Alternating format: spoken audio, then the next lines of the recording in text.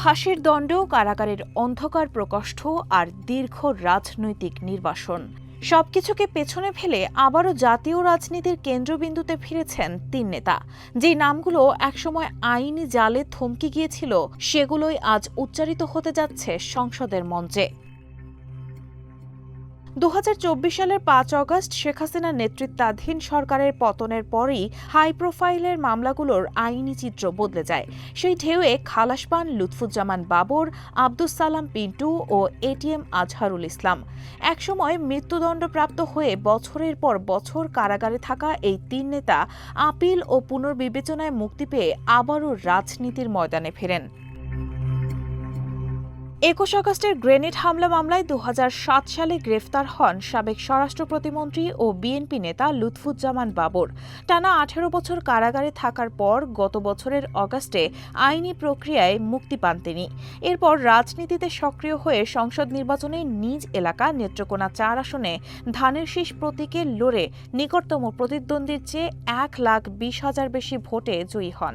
তার এই প্রত্যাবর্তনকে বিএনপি সমর্থকেরা দেখছেন রাজনৈতিক প্রতিরোধের প্রতীক হিসেবে। একই 21 আগস্ট গ্রেনেড হামলা মামলার দণ্ডিত বিএনপি নেতা আব্দুস সালাম পিন্টু 17 বছরের কারাজীবনের পর 2024-এর 24 ডিসেম্বর মুক্তি পান। মুক্তির পর তিনি টাঙ্গাইল 2 আসনে লড়াইয়ের অংশ নিয়ে প্রায় 2 লাখ ভোটে জয়ী হন। স্থানীয় নেতাকর্মীরা বলছেন, দীর্ঘ কারাবাস তার রাজনৈতিক পরিচিতি আরও শক্তিশালী করেছে এবং সহানুভূতিশীল ভোটারদের সমর্থন অর্জন করতে সহায়তা করেছে। জামায়াতে ইসলামীর নেতা এটিএম আজহারুল ইসলাম 2012 সাল থেকে কারাবন্দী ছিলেন।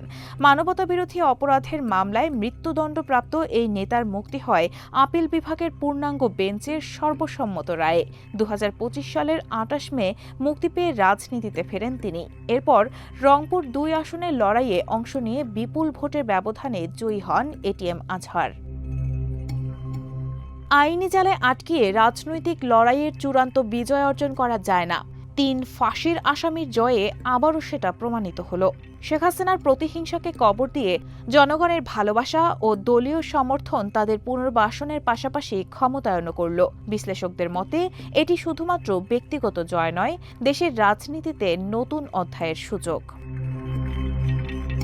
রায়হানা হক মুন, RTNN।